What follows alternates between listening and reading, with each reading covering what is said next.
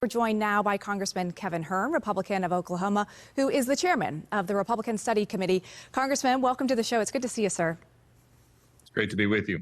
Okay, so you're also on the House Ways and Means Committee, where you all just released a statement from IRS whistleblower Gary Shapley. He's actually going to be in a hearing next week with the Oversight Committee and Whistleblower X as well. Do you all feel like you are making some momentum here? Are you getting to the bottom of these investigations? Well, certainly, we never thought that Ways and Means would be involved in this look for Hunter Biden, this hunt for Hunter Biden, if you will, to try to get him brought to justice. But when we had the whistleblowers reach out in April saying they had exhausted all of their opportunities to go through their chain of command, through the Department of Justice chain of command, and were stonewalled at every turn, that the only place they could go was take a whistleblower status with the Ways and Means Committee, which has jurisdiction over the IRS. And then we heard, some almost 15 hours of testimony from Shapley from the IRS, and then another person unnamed, and with Democrat attorneys in the room as well. And what we got was mind-blowing, going all the way back to 2014, seeing where Hunter Biden had received money from Burisma in Ukraine, had not reported it. And what we found out is Prosecutor Weiss had requested opportunities with all the way up the chain to Merrick Garland's office without any resolve whatsoever. And they felt like that there was a two-tier system of justice like many Americans feel today. And both of these IRS agents identify as voting Democrat, which takes the politics off of the table. And what we heard was nothing more than shocking, and then got passed on to judiciary and oversight. So, Congressman, the interesting thing is we've had Attorney General Merrick Garland come out now and U.S. Attorney David Weiss come out and say that these whistleblower claims are not true. So what do they need to prove between now and this hearing to say that they're the ones telling the truth and Attorney General Merrick Garland and David Weiss are not? Well, what's going to be interesting is to see the trail of information that the IRS investigators have been doing since 2018. I think it's important to note that they didn't start out investigating Hunter Biden.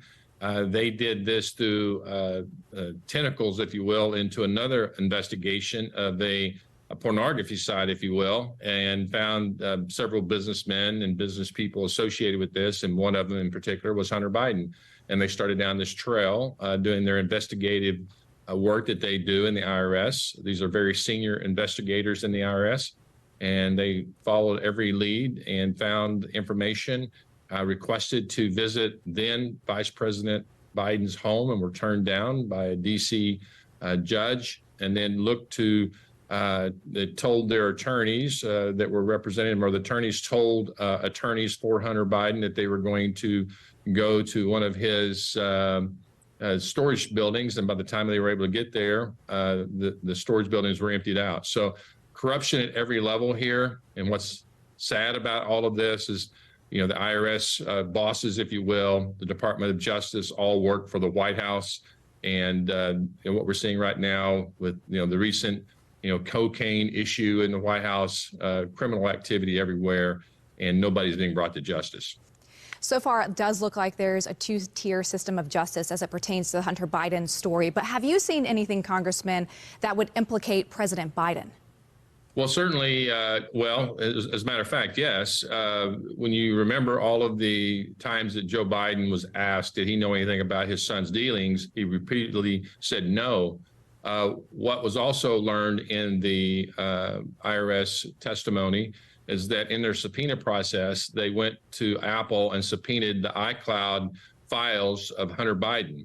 And what they found in there was a WhatsApp text that was uploaded to iCloud. And in that text, Hunter Biden was threatening his Chinese handler, Mr. Z, as he called him, and said that my father is sitting next to me. That's how he started the WhatsApp text directly to Mr. Z. And at the very end, he reminded him that he would do whatever it took to get the money, that he better come forward because his father, and he said, and I remind you, my father is sitting next to me. So unless Hunter Biden has another father, which I don't believe he does, Joe Biden is certainly implicated directly that he's been lying to the American people. All right, well, there's a lot more to get to the bottom of, a lot more unanswered questions that need to be answered. Congressman Kevin Hern, Chairman, good to see you this evening, sir.